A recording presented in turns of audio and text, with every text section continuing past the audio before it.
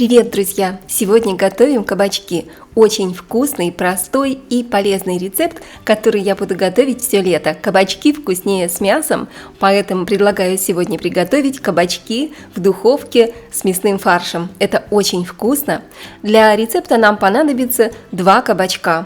Кабачки нарезаю тонкими пластинами, тонкими ломтиками, выкладываю на тарелку, подсаливаю кабачки и оставляю минут на 10-15. Благодаря соли кабачки полежат и станут мягкими, с ними можно будет делать все, что угодно. А обрезки кабачков я измельчаю в блендере. Вы можете порубить их при помощи ножа. Вот такая кашица из кабачков получается.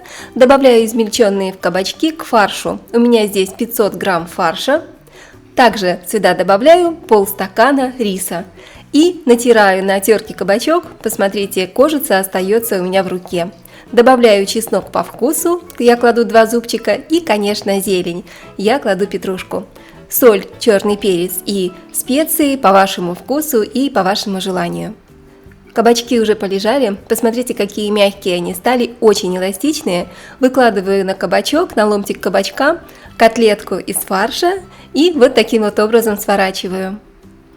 Кладу кабачки в форму и готовлю таким образом остальные котлетки.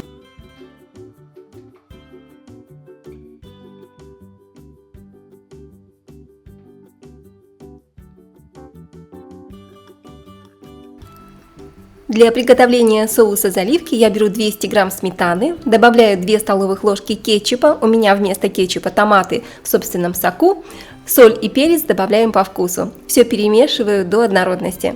Можно немножечко разбавить водичкой, буквально 2-3 столовых ложки, чтобы получилась не слишком густая консистенция нашего соуса заливки. Теперь заливаем заливкой кабачки.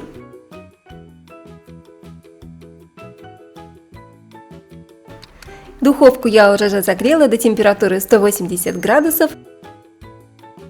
И сверху немного присыплю паприкой, чтобы блюдо получилось красивого, золотистого, аппетитного цвета. Отправляю кабачки в духовку на 35-40 минут.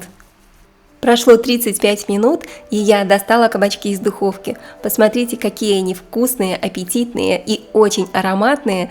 Обязательно приготовьте, я уверена, что этот рецепт кабачков станет вашим любимым. Друзья, если вам понравился рецепт кабачков, пожалуйста, поделитесь им с друзьями, а также пишите комментарии, ставьте лайки и подписывайтесь на канал.